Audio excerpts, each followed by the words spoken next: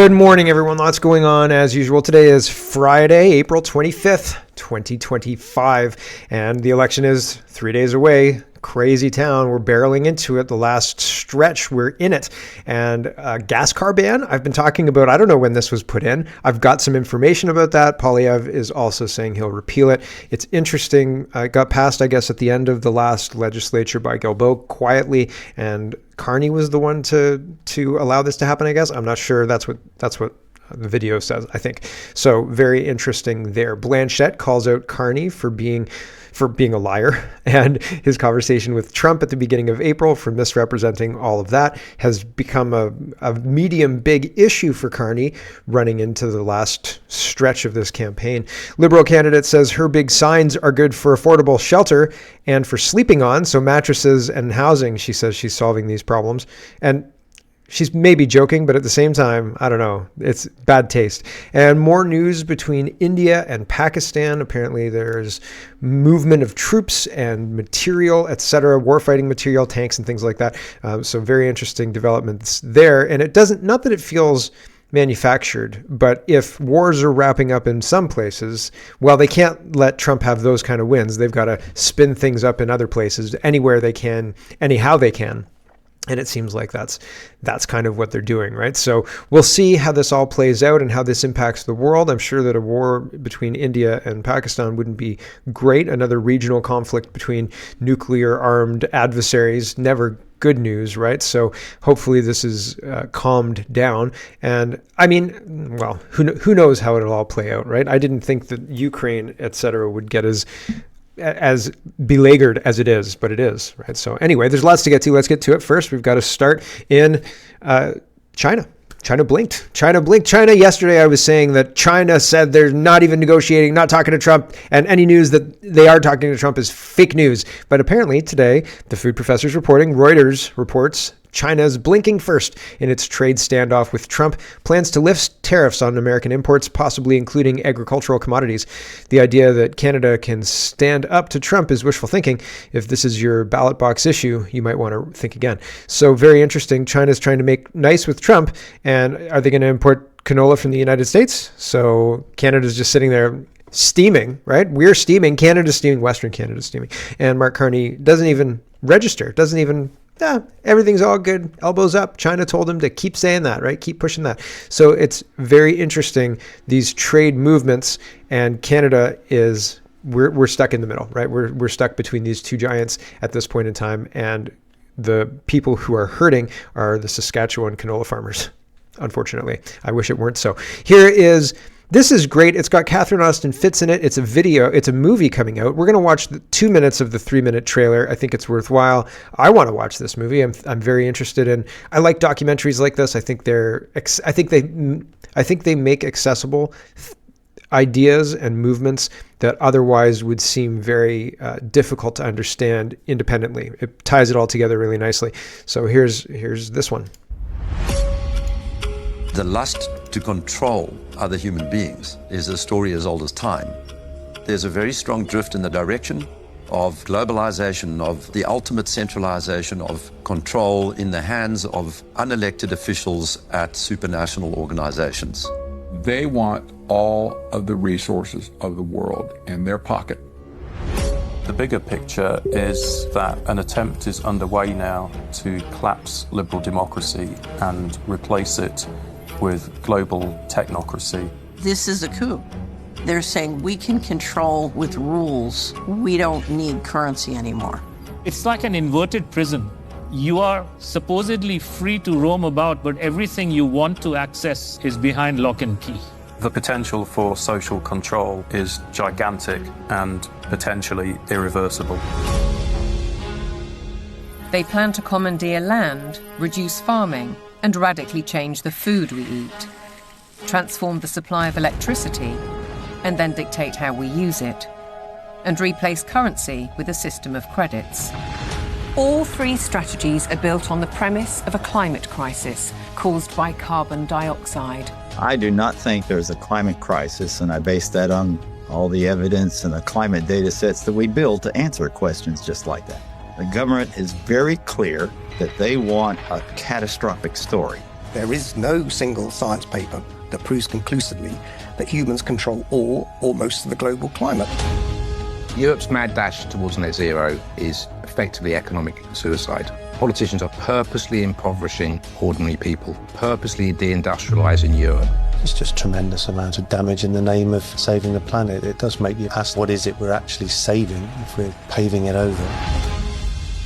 I think what we're dealing with here is actually a global war on agriculture. When you look at how many farms are selling up, we're walking into food shortages. If I can switch everybody from real food to pharma food, then 100% of the agriculture industry can go through my publicly traded stocks, and I have complete control. This is the biggest public relations scam in the history of the world. But it's far more than that. It's a blueprint. It is the action plan. All life on Earth is going to be radically changed. Everything will be monitored. The environmental consequences of every human action. The general population cannot fathom the psychopathy of the vision that they're facing. Once the digital ID is in place, it's game over for humanity.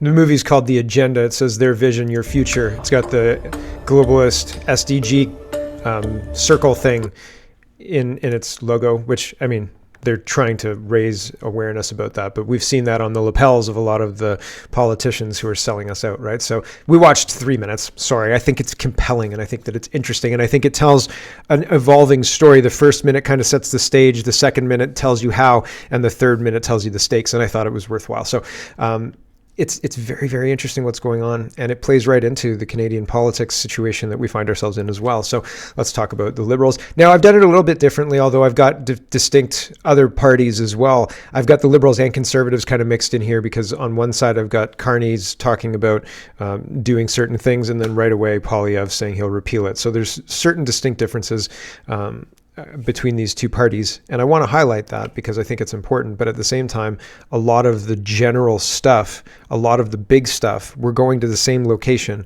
with these parties, both of them, okay? But there are small differences, and they may matter. I don't know. If Poilievre follows through with the censorship stuff and removing the censorship, then that's a lot better. But I'm hesitant to believe that he actually will. And I've got video as well of Poilievre talking about all the Liberal policies he's going to keep in place. It doesn't sound very conservative, but there are distinct differences, and I don't want to misrepresent that. Bruce Arthur says, you can choose not to disclose this about Mark Carney, but you can't be dishonest about this. You can't. And I mean, I don't like Bruce Arthur, but it's just interesting color. Toronto Star is reporting Liberal leader Mark Carney admitted that he did not publicly disclose that the United States President Donald Trump discussed Canada becoming part of the United States in a March 28th call that Carney previously described as respectful towards Canada's sovereignty. So, oh yeah, it's totally respectful towards Canada's sovereignty, except that mention of it becoming the 51st state. Right, got you. Here is Mark Carney. He kind of drones after the first minute, and then there's a follow-up at 1:45, so we're going to jump around a little bit on this one, but it'll be worth it. Here we go. March 28th it's been 1 day since the last instance of fast talk. Sorry about this. So she's nailing him. She's holding his feet to the fire. I was going to say nailing him to the cross, but here she is saying, on March 28th, you said this, and now we know better. And it's funny because he realizes that she knows something. Like, she knows the answer to the question she's asking. I better not lie here, because it looks like he weighs lying. It looks like he thinks about, I should maybe lie. And then he thinks, that tone sounded like she knew something. Here we go. March 28th, did President Trump bring up the idea of Canada becoming the 51st state during that call with you? As I just said, the president brings this up all the time. He brought it up yesterday. He's brought it up before. There's a difference between the conversation that was held between leaders of government, which was this conversation, and a discussion that led directly to an agreement that as sovereign countries we would have negotiations about our partnership following the election on Monday. That's what the President and I agreed. That's what both of us reported back. And that's what I'm ready to do. And what's at stake in this election pivot is how well we come together as a country. That's what's at risk. So we're just going to move up again. Call, and I asked you about this on March 28th after the call, and you said that President Trump respected Canada's sovereignty both privately and in his public conversations. He did. Were you being truthful? He absolutely did. He absolutely did. Look, the president has certain things in his mind that he reverts back to all the time. But just quick question, just before this nonsense drivel lies spewing out of Carney's mouth. If you refer to Canada as the 51st state, or say Canada should become part of the United States, is that respecting Canada's sovereignty? Canada needs the United States so much that I think that you should become part of the United States because I'm unwilling to subsidize you any further. Is that respecting our sovereignty? I mean, like, it's a respectful tone, et cetera, but it's still an acquisition, right? Like, you walk into a business, you're like, Blockbuster would really love to own this game store, this game rental store. You guys, you're dinosaurs. You're done. You might as well get it with the now, right? And we'll buy it from you, type deal. It seems like leverage that Carney is not making a good argument. I don't think it's not respectful. The business, you'd be insulted a little bit, right? Like the book, You've Got Mail. The big bookstore comes to take the little bookstore, and then they fall in love, which is, I dumped a girl because of that movie. Because I was like, she's like the bad one.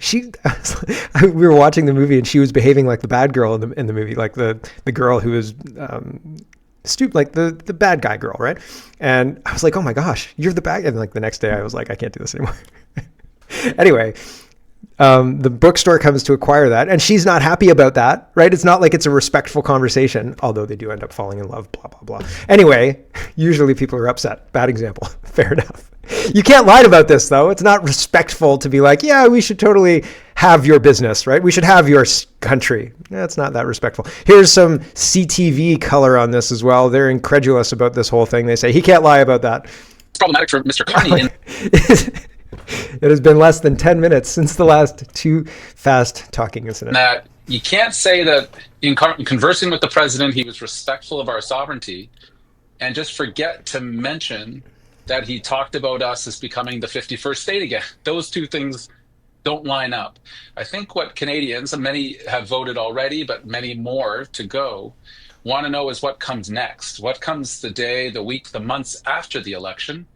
And are we going to have a forceful, and I don't want to go too far about you, but transparent head of the Canadian government, making sure that with someone as unpredictable and untrustworthy as the president of the United States.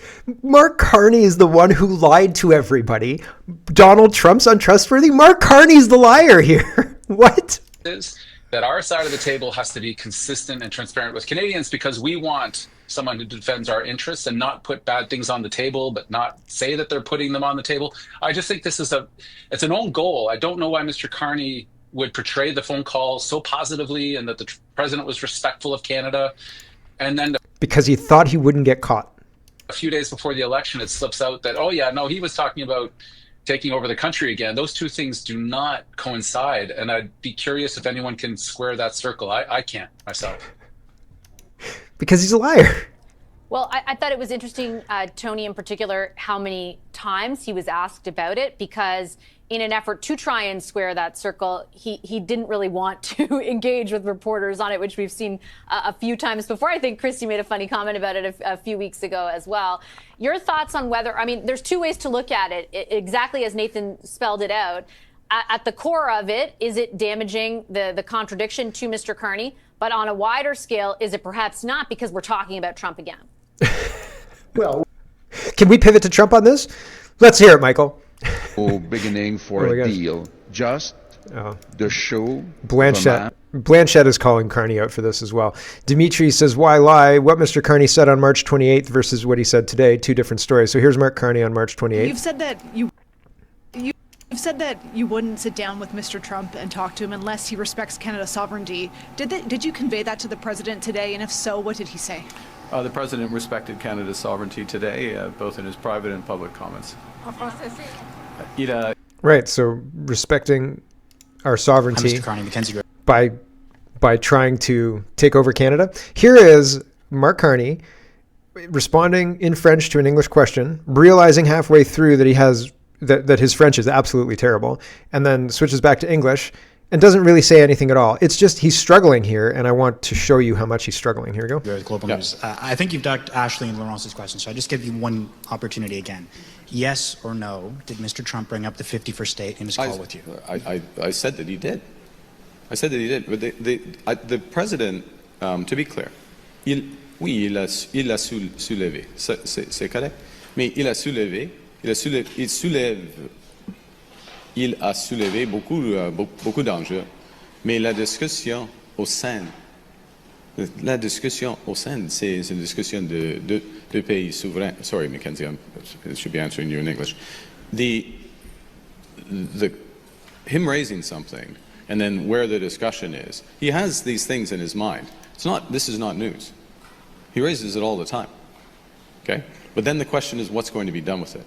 And does he understand where we stand, but more particularly where I stand? He is under no illusions. This is not at all what he said in French. Nothing even close to what he said in French. He kept repeating the same words over. He said it's dangerous. He said sovereignty a bunch of times. Like he didn't say anything in French. And then he pivots to this, which is completely different than the pathetic attempt in French he made. Never. Absolutely not. Never. Move on. It's two sovereign nations coming together. This is like a bit from The Office. This is like David Brent saying, like, I talked to him. Never. Absolutely not. Never. Move on. It's two sovereign nations coming together. I don't believe it. I don't believe it whatsoever. Absolutely zero trust in what Mark Carney says. Here's Yves Francois Blanchette, and he says, Mark Carney sounds like a liar. And why would he lie? Because he's a liar, I guess. Here we go. Seems more and more to have been a stunt. He wanted to make a statement. I am Mark Carney. I'm the best of them all. I'm a great negotiator. I have managed crisis in the past. I would change the world. Trust me. And it appears that it never happened. That the call was not what has been described afterwards.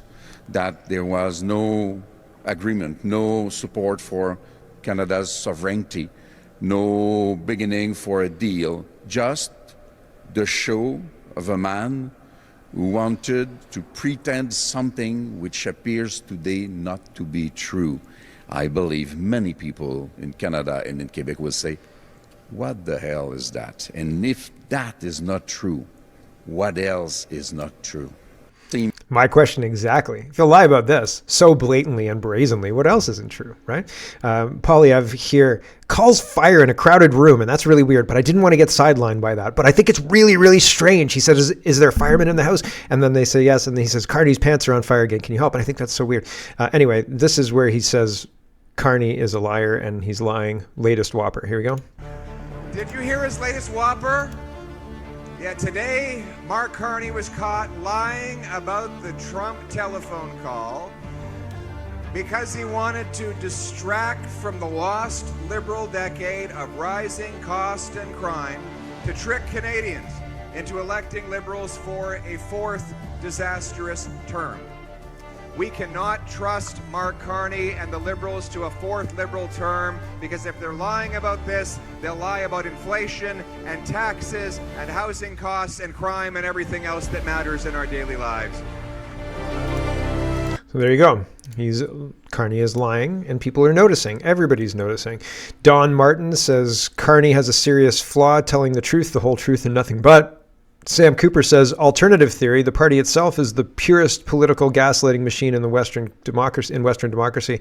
It is impossible to honestly lead such an entity without putting forth its real levels of power and its spinmeister handmaidens of the day, like Gerald Butts. So yeah, it's layers upon layers of spin. And here's more spin from Juno News. Liberal leader Mark Carney was caught misleading Canadians, backing off of the liar allegations about his call with the U.S. President Donald Trump. Tune in today to talk about it, blah, blah, blah. I just think it's interesting, the softening, right? And one of the guys on the CTV panel said, will we see a transparency here from the Canadian government?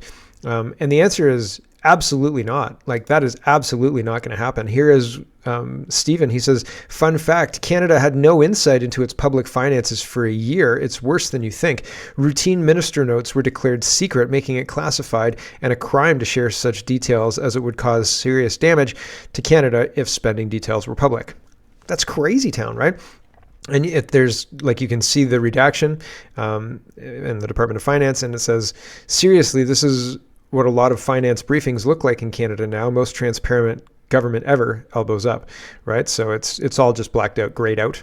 So, and it's not blacked out because people have figured out how to use Photoshop to remove the redactions. So now they do all sorts of crazy things to make sure that people can't lift the redactions on it, right? Scary stuff with regards to, if you can't say the government did X, Y, and Z, and I have the proof right here, and this thing led to this, that's bad, and we shouldn't do that. The government acted improperly, and here's my evidence because, I had freedom of information requests and blah, blah, blah. If you can't do any of that, you can't hold the government accountable. So the government is an unaccountable entity, and who's got oversight over that? Nope, nobody. Ryan says by 2035 you won't be allowed to buy a gas or a hybrid vehicle in Canada. Here he is talking about how this came to be, because the other day I said, I have no idea when this law was passed. Like, when did this happen? I have no idea, because usually I try and keep my finger on the pulse, right? And this one got by me completely, and it's a pretty big deal. So I knew it had been proposed, but I didn't know that it had been signed. And here is some information about that. Not many Canadians know there's an electric vehicle mandate in place right now. It was without a debate in Parliament that says by 2035 you can no longer buy in Canada a hybrid or gas car. You have to buy an electric automobile. It was quietly put in place by the Environmental Minister, Guy Beau, in the last Parliament, and he just changed SEPA, the Environmental Protection Act. And all they did was said that all vehicles made in Canada have to have zero emissions. It's an example where government thinks they know best. And, the examples we give of why this doesn't work, not only with the cold climate we have here and rural Canadians who, need their vehicles, but Peterborough just had a powder outage 3 weeks ago. It was one of the only Sundays we didn't door knock, and power was out for 5 days. At that point, you don't have a car if you have an electric vehicle and you can't power it. It's an example where government thinks they know best, where our alternative is, if you as a family believe that you want an electric vehicle, then buy one. Make sure you get the adapter in your home. As a government, our job is to make sure the infrastructure is there, the power grid, if we need whatever that power supply is. But it's not to tell you to buy that vehicle. And that's the difference in a nutshell between conservatives and liberal governments. There you go. Some people in the chat are saying that they're seeing liberal signs everywhere. I was driving around yesterday, just taking kids places and things like that. And I go through neighborhoods and I saw liberal signs on places that had for sale signs on them. And there was one that had a for rent sign on it. And I thought, man, like, are they putting it on vacant properties? I just thought it was an interesting thing to share. Brian says, new for me, conservatives promised to do away with Liberals' 2035 ban on gas and diesel-powered cars. I don't know the language around, like, what the quota for gas-powered cars being sold is, and $20,000 in tax above that quota. All of that sounds bad. And I don't know who's going to win this one. Honestly, I really have no idea, because, again, I feel like our elections are not above board. Juno News again says Mark Carney compared himself to President Trump multiple times while campaigning in Quebec on Tuesday, despite repeatedly smearing his opponent and Pierre Poilievre as Trump-like. So, yeah, it's super funny. Like, oh, I'm so much like Trump. Isn't this just like Trump? Because Trump is really popular and lots of people like him, right? So why not mimic what the popular guy's doing? Stephen Taylor says, after Liberal leader Mark Carney named China as Canada's biggest security threat, a video published by Chinese language media outlet shows one of his Liberal candidates calling China one of its like-minded allies by Chris. So National Post is talking about how Liberal candidates are talking how China's so nice and good and we're going to align with them to attack the United States? Brian Lilly says, while Mark Carney talks about protecting healthcare in Canada, did you know that he and his firm own a string of private hospitals, health insurance companies, and more? Once again, his actions and investments don't match the rhetoric. Read and repost. Yeah, Mark Carney seems to be wanting to enrich himself between heat pumps and healthcare spending and things like that. I'm not convinced that Mark Carney's not in it 100% for himself and or his business. That is a United States business.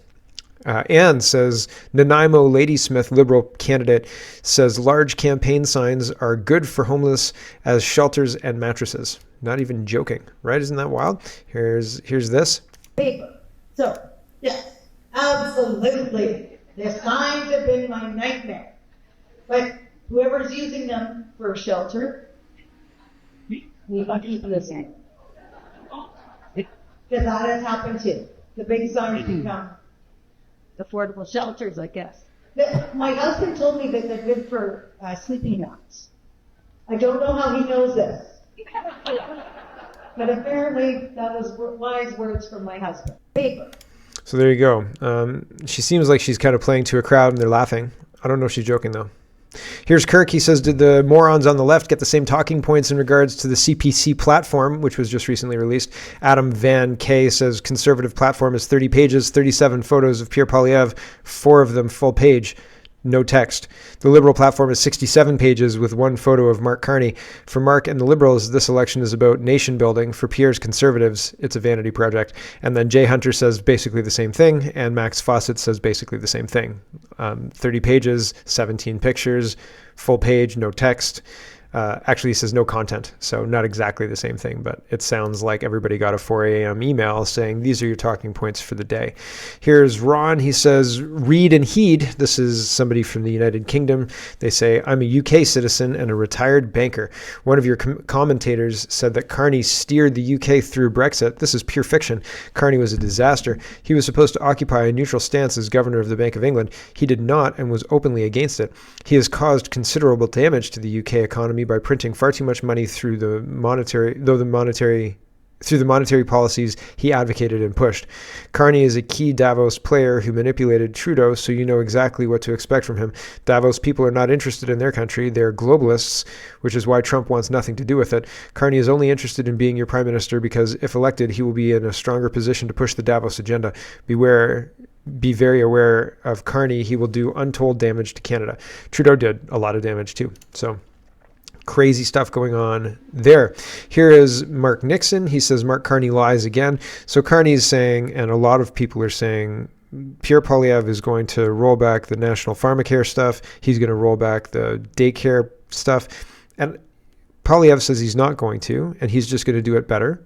And maybe, do you believe it? It doesn't sound very conservative to me. And not to say I want to take a machete and hack and slash budgets and things like that. But I look at El Salvador, I look at Bukele and Malay and all of these things, Argentina, that they've been able to do. And I think, like, where's the downside to all of this? Downsizing government, allowing people to enrich and sell our natural resources, so on and so forth, becoming self-sufficient, stabilizing our money, having gold reserves again. Like, why are these things bad things, and why aren't our politicians talking about them? Instead, they're talking about bridging programs that take from taxpayers and give to people who aren't even citizens in some cases. So I don't get it. I don't understand how people are saying, see, he's not going to do those mean things that the Liberals are saying. I think he'd be in a much stronger position if he said, we're going to make the budget, or we're going to make the government so small and lean and like efficient that like it is going to be crazy. And you're going to have so many opportunities to not work in government that you're not even going to want to work in government. Like, why aren't we doing this? It seems obvious. No, keep $10 daycare. Please, ladies, go out and work in the daycares and raise other people's children while you don't have children. It seems crazy. We will protect these programs, and no one who has them will lose them. And, I would note, let's go through them one at a time. We will make sure that nobody loses their dental care. We will also, on child care, we all believe that there should be more affordable child care in this country. The Liberals, though, have imposed a massive top-down bureaucratic system that has actually meant 120,000 fewer kids have daycare spaces than when they first created the program. A third more families are struggling to get child care spaces than when the Liberals first created this program.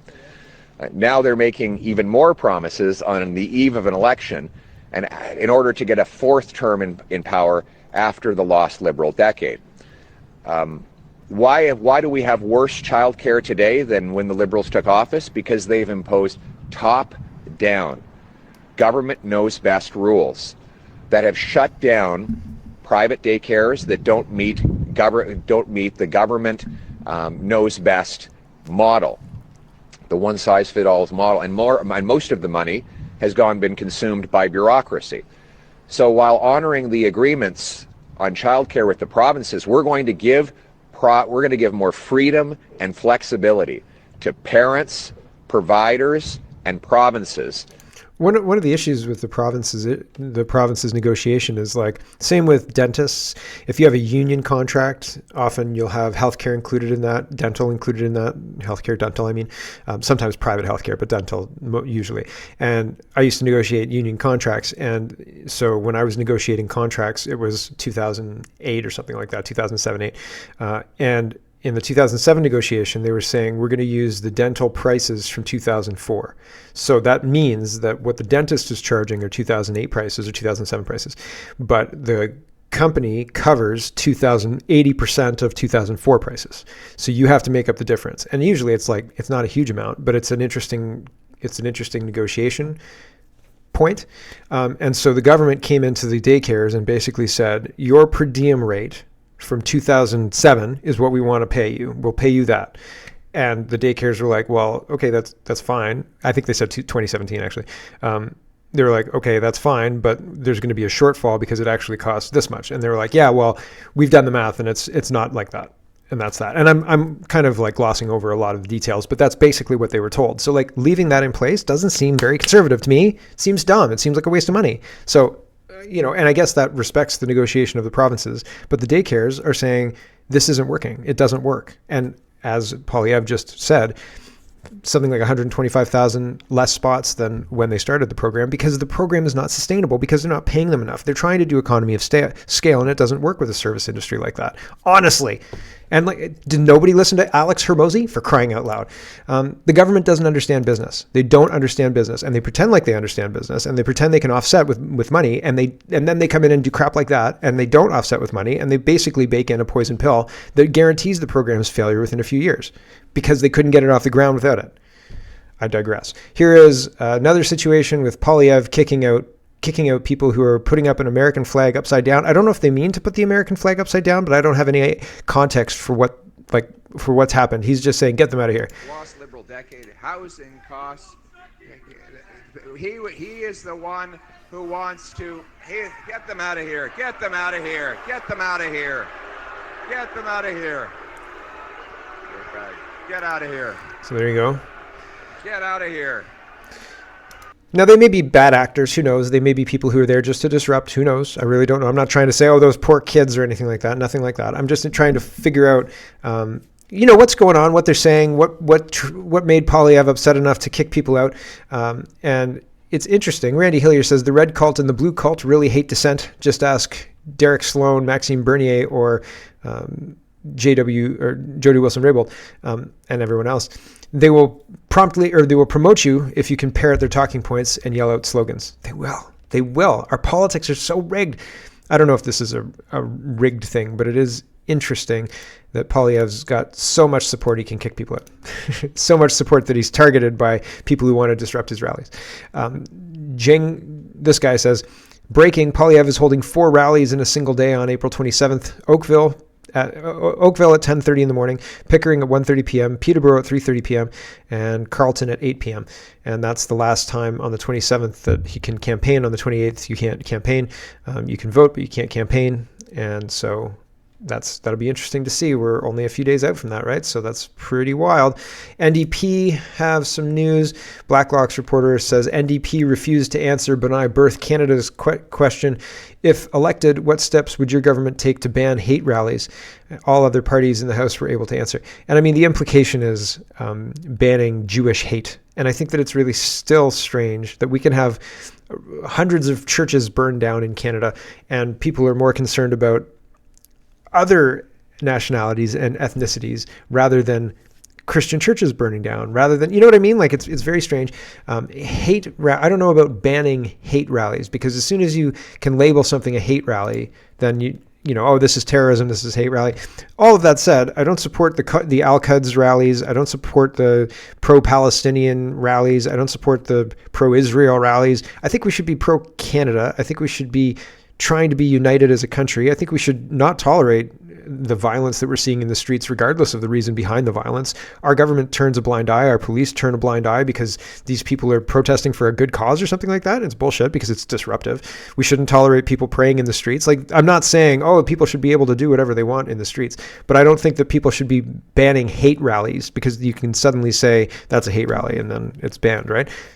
While we completely ignore the people protesting in the streets, while we arrest preachers who are preaching in the streets, while we do all sorts of things to destroy our own culture and hold up other cultures, I think that that's incorrect. And I mean, the NDP, I think, are irrelevant. They've made themselves completely irrelevant. So this is weird. I don't know if it's worth spending time on. This guy spends 30 seconds, 20 seconds talking about how this incident has of an alt-right person pushing somebody, and the guy's a CPC campaign operative blocking the candidate from a reporter, and I don't see him pushing anybody, but the CBC is trying to make this into a big deal. Video footage shows Conservative MP Pierre Poilievre's team member Riley allegedly making aggressive physical contact with a female reporter from CTV in Halifax today, and she says, "Don't push me, Riley. Don't push me, Riley."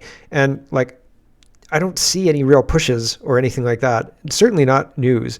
It's weird what they're trying to portray. I don't think it's honest. Ask him a question. Just take a look at what happened. Sorry, guys. We were just going to hold together. Mr. Batherson, don't push me, Riley. Mr. Batherson, I didn't see a push. Can I chat with you for a minute, Mr. Batherson? Thank you very much. Are you gesturing to us or to the party? Can we ask you a couple questions, Mr. Batherson, about the race in the Atlantic? Mr. Batherson, do you have any comments on Trump's new comments about Canada's sovereignty? Please don't push me, Riley. Please don't. You're literally pushing me. Please don't push me. Please don't push me. Mr. Batherson, do you have a minute for the cameras, please? Mr. Batherson, do you have any comments on Trump? He didn't even really acknowledge her. He's standing in front of her. It's like it's like you're in a high school and the bell's gone and you're standing close to somebody trying to get down the stairs and the person in front of you is saying, "Don't push me. Don't push me." You're like, I'm not pushing you. I'm standing here. Like, what? So yeah, it seems kind of, yeah, I'm not convinced. Anyway, we got to say goodbye to the stream. Thanks for watching, everybody. And we'll see you guys tomorrow and we'll carry. Hello, everyone. Thanks very much for watching. This is just a short version of a longer show. If you'd like to get the whole show, you can go over to canadianpolitics.com and sign up for a subscription. Just look in the drop-down tab for Shop and Donate and look for subscriptions, and you'll get immediate access to the full show. Love to see you. Thanks for watching, everybody. Have a wonderful, wonderful